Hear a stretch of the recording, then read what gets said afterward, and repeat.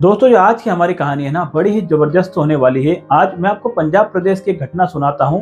ये बात है पंजाब की। पंजाब में एक गरीब किसान एक सरदार जी के पास में जाता है और सरदार जी से बोलता है कि सरदार जी, मुझे मेरी जमीन बेचनी है। तब जो सरदार जी होते हैं वो किसान से बोलते हैं कि हाँ भाई बोल, कितने रुपए में तुझे जमीन बेचनी है। तब जो गरीब किसान होता है वो सरदार जी से बोलता है कि सरदार जी, मुझे तो बस 50,000 रुपए में मेरी जमीन बेचनी है। इस पर जो सरदार जी है वो थोड़ी देर विचार करते हैं। तभी जो गरीब किसान है उसके मुंह से निकल जाता है कि सरदार जी, थोड़ा यदि कम भी दोगे तो भी चलेगा। तब सरदार जी उससे पूछते हैं कि तेरी वही जमीन जिसमें ट्यूबवेल लगा हुआ है। तब वह किसान बोलता है कि हाँ सरदार जी, वही जमीन जिसमें ट्यूबवेल लगा हुआ है। तब सरदार जी विचार करते हैं कि यार, उस जमीन की कीमत तो 2 लाख रुपए है और ये इंसान बस 50,000 रुपए में इतनी अच्छी जमीन क्यों बेच रहा है।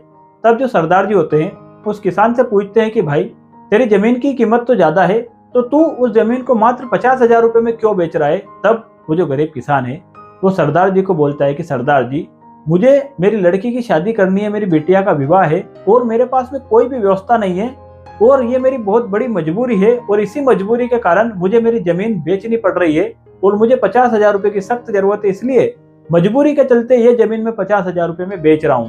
तब सरदार जी थोड़ी देर विचार करते हैं और उस किसान को बोलते हैं कि देख, मैं तेरी जमीन 2 लाख रुपए में खरीदूंगा। इस पर जो गरीब किसान है वो सरदार जी से पूछता है कि सरदार जी, मुझे तो मात्र 50,000 रुपए की जरूरत थी और मैं तो मेरी जमीन 50,000 रुपए में बेच रहा था, फिर आप मुझे 2 लाख रुपए क्यों दे रहे हैं। दोस्तों, इस पर सरदार जी ने बड़ा ही सुंदर जवाब दिया।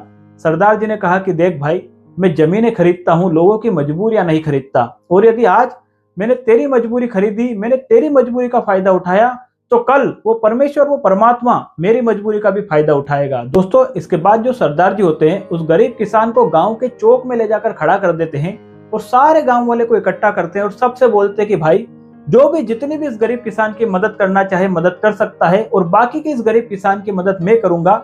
और उससे बोलते हैं कि भाई, ना तो तेरी जमीन बिकेगी और ना ही तेरा कोई नुकसान होगा और उल्टे तेरी जो लड़की की शादी है वो भी हम सब बड़ी धूमधाम से करेंगे। सारे गांव वाले पैसे इकट्ठा करते हैं। सरदार जी की जितनी शक्ति रहती है, सरदार जी भी अपनी शक्ति के अनुसार पैसा देते हैं और उसकी जो लड़की का विवाह है बड़ी ही धूमधाम से पूरा गांव करता है। दोस्तों, इस कहानी को सुनाने का उद्देश्य सिर्फ इतना है कि कभी भी जीवन में किसी की भी मजबूरी का सौदा मत करो, क्योंकि यदि आपने किसी की मजबूरी का सौदा किया और यदि किसी दिन आप मजबूरी में पड़ गए तो ऊपर वाला भी इसी तरह से आपकी मजबूरी का सौदा करेगा। और यदि ऊपर वाले ने आपकी मजबूरी का सौदा किया तो याद रखिए दोस्तों, उसकी लाठी में आवाज नहीं होती है। इसलिए हमेशा लोगों के दर्द को पहचानो, लोगों के दुख को पहचानो और यदि कोई मजबूरी में है तो हमेशा उसका सहयोग करो। लोगों की खुशियां खरीदो और खुशियां बांटो, किसी की भी मजबूरी का फायदा कभी भी जीवन में मत उठाओ। दोस्तों, यह कहानी यदि आप लोगों को पसंद आई हो तो आप इस चैनल